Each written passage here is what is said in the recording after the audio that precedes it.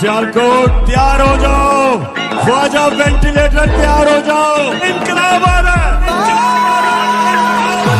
इनकलाब आ रहा है। रब दिया रखा तू जित जाना है, तेरे पुत्र नाल ने मां तुझे सलाम, तेरे नाल दिया ने तेरे नाल भैणा ने तू जित जाना है मां तुझे सलाम। कान ठोक के सुन लो ख्वाजा से, मैंने सियासत जरूर छोड़ी है, मैं अपनी माँ का साथ नहीं छोड़ूंगा, मैं अपनी माँ के साथ खड़ा हूँ,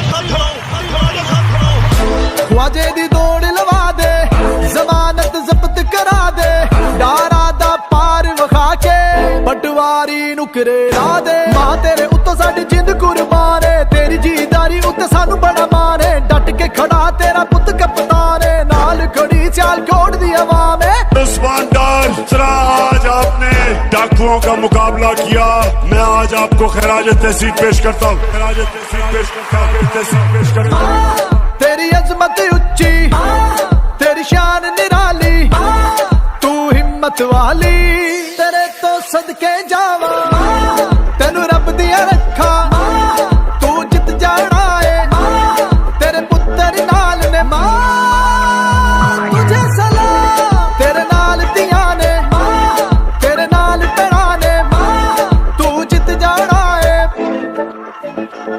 तेरे कदमां दे विच जन्नत, तेरे कदमां